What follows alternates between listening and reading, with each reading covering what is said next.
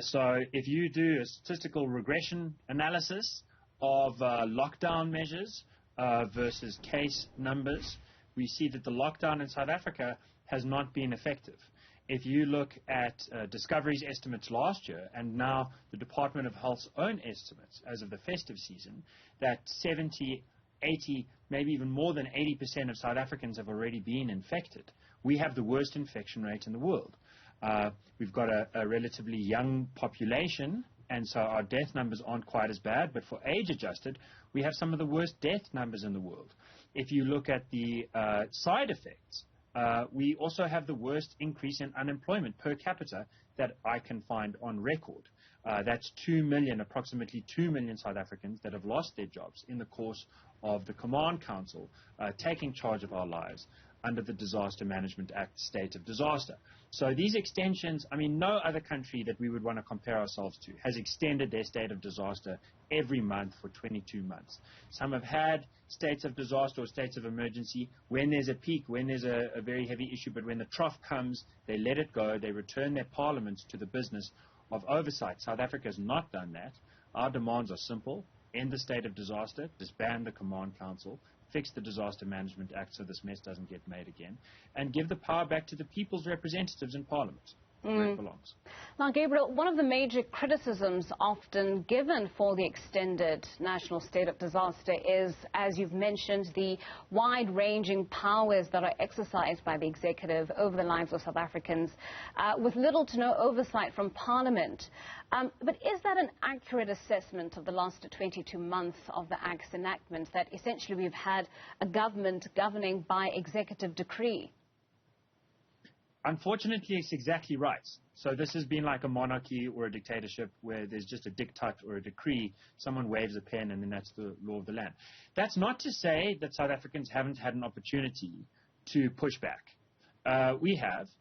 South Africans have gone to court, for example, over the rules about hot food, but you can't have a takeaway. The rules about open-toed shoes not being allowed to be sold. The rules about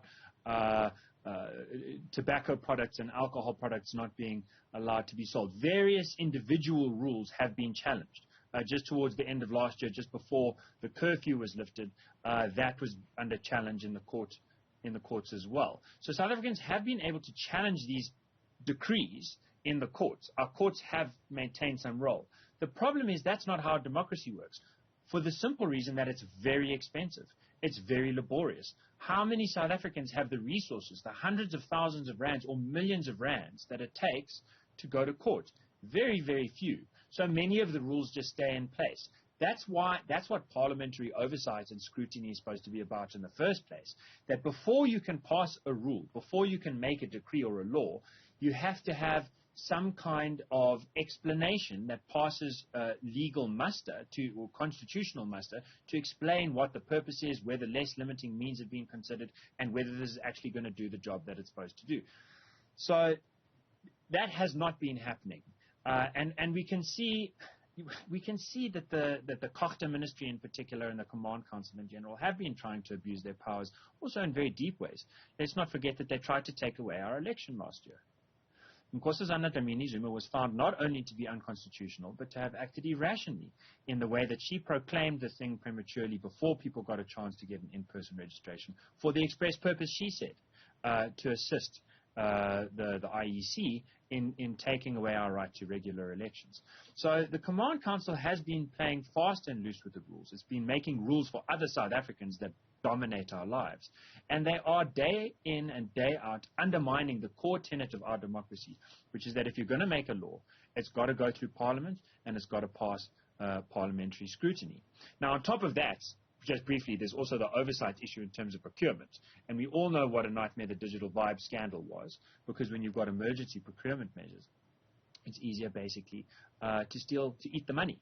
Now, we don't have hard evidence of what's going on right now, but we'd like to see that hard evidence. We'd like to know exactly what kinds of procurement measures have continued to be made under the emergency measures or the disaster measures. And that, too, just remains very opaque as long as we stay in the so-called state of disaster. Right. Now, Gabriel, you mentioned earlier that one of the steps we would need to take beyond just sort of removing the national state of disaster would be to actually perhaps even overhaul the Act itself, have a look at the Act itself and look at some of the problem areas. Perhaps you could talk us through some of those if you've identified any of them. Sure, I'm happy to. And there is a private member's bill before Parliament that addresses quite a lot of these issues, and that's very much worth looking at. But the basic issue is this. The executive, which is not Parliament, which is the legislature, the executive decides when we enter a state of disaster. Right? The minister or the presidency decides now Parliament doesn't have to do its job all the way anymore. And then the executive decides to extend the state of disaster, once again, without having to consult Parliament.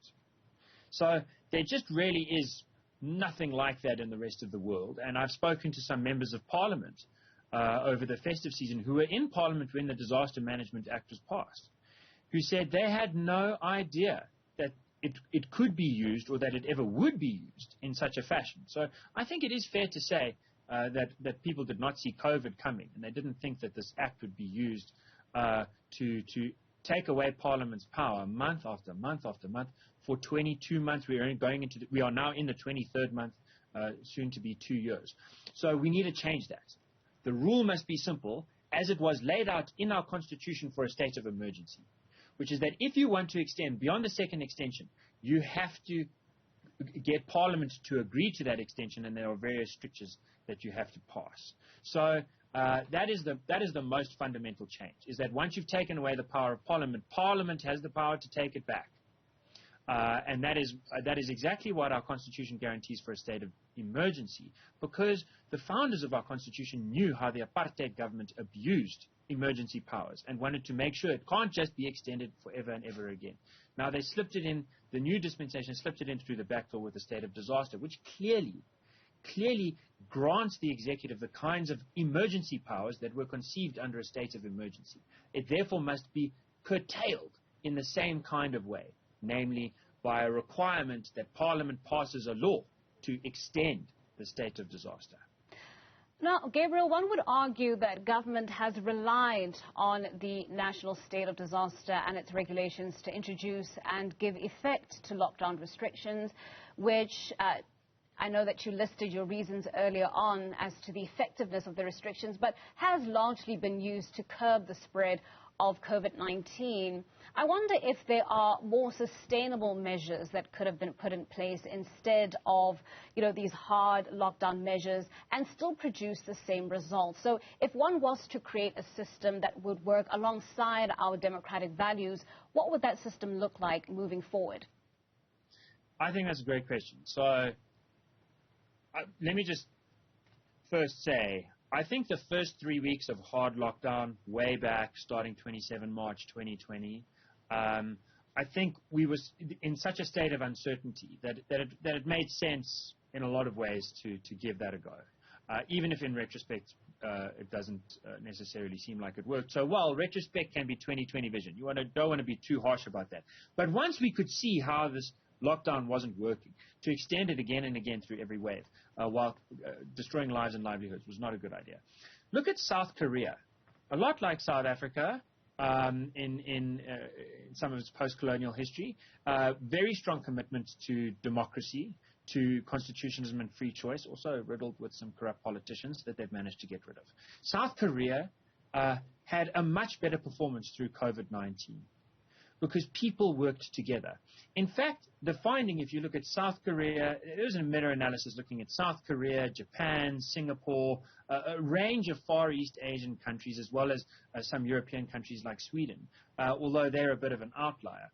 If you look at the Far East Asian countries, the evidence seems pretty strong that if the government actually curtails itself and encourages people, then people do a better job of holding one another to account and of taking responsibility of their own lives and their families. So we literally see lower cases, lower hospitalizations, and lower deaths in countries where governments were less restrictive. That's firstly. Now, that's not to say the government's got nothing to do. I think in South Africa's case, it's perfectly obvious that the most difficult to manage spot is our logistics, partly through apartheid spatial planning, as the phrase goes, and partly through a failure to address this more recently. Most people have to get into taxis that are overcrowded for the purpose of viral management. Now, if the taxi industry had been given a subsidy so that they ran at 50% capacity, and actually ran at 50% capacity, which would mean enforcing and stopping taxis from going at 100%, which is eventually what happened, I think that could have made a huge difference. That's the kind of role where government could have stepped in and been more useful. Of course, we all remember that Port Elizabeth, Gqeberha only had 2 ambulances through one of the waves of the coronavirus pandemic. That kind of issue is something that the government should address. But for the most part, I think if the government had allowed private businesses to bring in vaccines, we would have had vaccines earlier. If the government had accepted a donation of 15 million free vaccines from Russia in early 2021, we would have had more vaccinations. There are very many measures that where the government could have gotten out of the way of people who were trying to solve the problem, and some very focused areas where they could have stepped in to support. But the overall problem has been that the Command Council had all of the power. It had no oversight. There's been no scrutiny. It never explains itself properly. And in that condition, any human being would be intoxicated by that power. And I think any human being or any group of people would then find themselves in a position where they're tempted to do more than is really helpful and to actually become counterproductive. So I think if we keep our democratic norms in place, we don't only protect this principle of the South African Constitution, which is very important.